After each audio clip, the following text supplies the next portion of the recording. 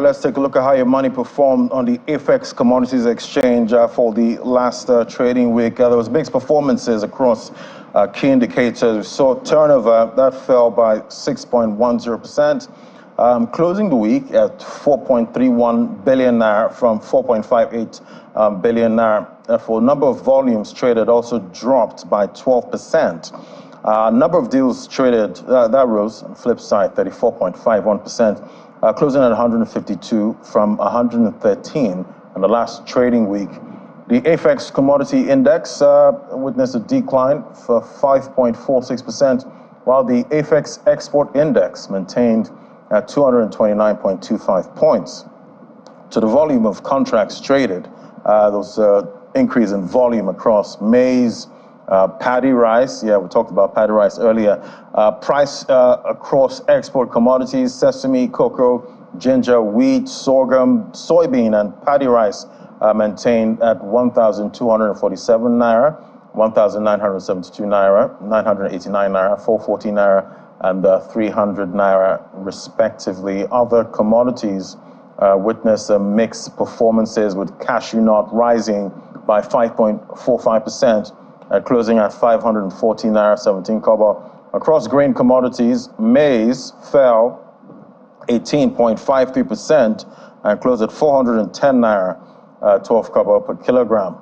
And if you want more information, just head on to the AFEX website. You can follow them on all their social media platforms to get more information. You can also download the app right there on Google or iOS. All right, let's take the conversation forward now. Today, we see Africa's agriculture sector faces challenges hindering its contribution to economies, from fragmented markets to poor policy and infrastructure coordination. Making a stable sector has been quite elusive there. Let's see what AFEX is doing to create stability within the sector. Join us now is Chinwe Lemoha, Associate Strategy and Corporate Finance, AFEX. Great to have you on the show.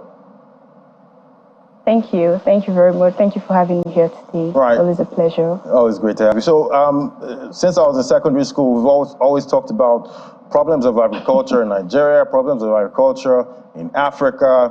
Paint a picture of what it's like right now in Africa, and what are some of the challenges faced in terms of stability?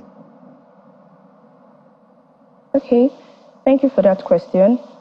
Currently, agriculture in Nigeria, or in Africa by extension, is an important economic sector which employs about 2/3 of the continent's working population and contributes about 14% of that to the GDP in sub-Saharan Africa. However, it seems that we haven't fully optimized our potential as a continent, and then we have like a myriad of, or a plethora of challenges that are facing the agricultural sector in Africa. Yeah, so what are the key factors that, contribute to ensuring, so we can have some kind of stable and sustainable agricultural development in Africa as a whole? Okay, thank you again. So when you look at the agricultural ecosystem, the first thing that always comes to mind is education. So how can we review our curriculum to ensure that everyone starting from the grassroots level is educated upwards to understand and value, appreciate agriculture?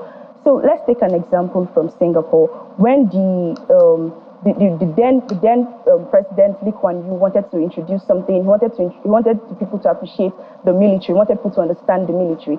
He went ahead to introduce it in their curriculum, and then everybody looked up to the military, to the soldiers, as something that they wanted to be part of. And this is something we can bring into our education system to ensure that people do not just see agriculture as something for a particular segment or a particular people, but something that everybody has to appreciate, something that everybody has to value and want to be part of it. So when we move from education, the next point that comes to mind is technology. So this generation, my generation, we are digital natives, as we are popularly referred to. And these people are people that have grown with the media, with technology. And when we are properly educated and introduced into this system, naturally, technology comes with us to ensure that we help the agricultural sector, ensure food security, agricultural productivity in the ecosystem. So when we have moved from education, technology, naturally what comes on, the next thing for us is to prioritize industrialization of the agricultural sector. And what we're talking about here is not just producing raw materials or not just exporting raw materials, but then having end-to-end ownership of the entire agricultural value chain. And then this would mean having value-added products. That's what we export. So moving from just domestic consumption and thinking about value-added export products. So these are some of the factors that will help us make that transition that we are looking for in the agricultural sector. Definitely. And we know access to markets and trade is crucial for agricultural development, but how can stakeholders and organizations and many of the players in the sector, how can they strengthen the agricultural value chains and improve market access for farmers? That's really interesting. That's really interesting to note. But I like to see it in two ways: the demand and the supply side. So the demand side, which will involve investment in farmer engagement. And this is something that AFEX does well with our outreach programs. You have to educate the market. You have to, like the education point we raised earlier, we have to educate the market, give them best practices on how to improve their yield and income by extension. And then this contributes at the end of the day to the whole SDG goals and to the SDG goals. And then on the supply side, we understand that the African market is really fragmented. The commodities market is really fragmented. So what we think of is how to bring all of these different players across the value chain together, and this will reduce distribution costs, warehouse costs, and all of these things. So massive collaboration on the supply side to ensure that we are promoting food security in Nigeria. So just to drive the point home a little bit. Something happened in Tanzania, since we're talking about Africa, something happened in Tanzania a while ago. And there are two breeds, there are two seeds in the country. We have the one that was pushed by a private firm, and then the one that the government has been, giving to the farmers. But then when this private company went ahead to do market engagement with farmers, it led to a 60% increase, 60% adoption rate as against the 20% adoption rate of the normal hybrid seed. So this tells us that the farmers that were adopting this new improved seed understood what the market was requesting for. And this is something that we should start thinking of: market engagement. These farmers are people that produce food for the entire continent. So we have to involve them in decision making. We have to involve them in processes and all of these things to ensure that we have a secured food system. Right, I guess the farmers have to be protected at all costs, at this point. But how can, talk to me about partnerships between, governments and non-governmental organizations. How can, the private sector and, all these sectors contribute to a more stable and prosperous agricultural, sector for, Nigeria and Africa as a whole? Thank you again. Against the backdrop of limited resources, which we talk about in the country, limited resources on the government hand, limited resources, everybody's talking about limited resources.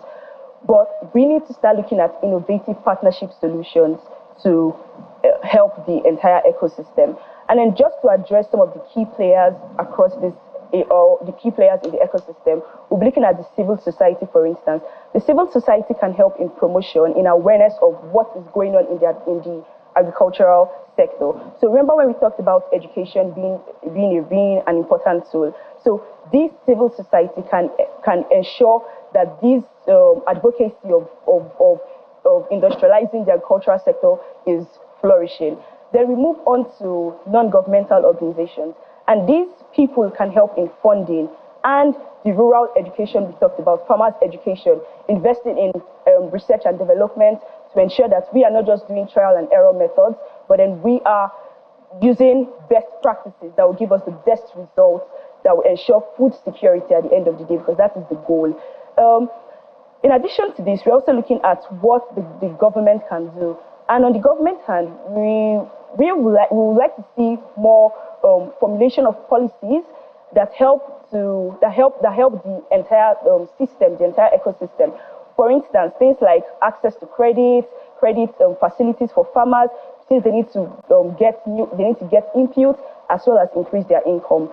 And the government can also help to provide tax reliefs to private companies that are doing the work in agricultural sector, like AFEX, and providing grants and all. And then the private organizations, on the other hand, can or will continue to do the work of leading, driving initiatives, driving the execution of these policies, driving the goals, the things we talk about, these initiatives.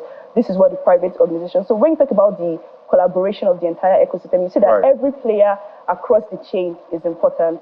Thank you. Every player is important. Thank you so much. That's great having your perspective. Chinwe Nlemoha, Associate Strategy and Corporate Finance, AFEX. Thank you so much. Thank you. And don't forget, again, you can visit their website there, africaexchange.com, and you can follow them on social media at AFEX Nigeria and at COMEX by AFEX. All right, we'll take a moment now.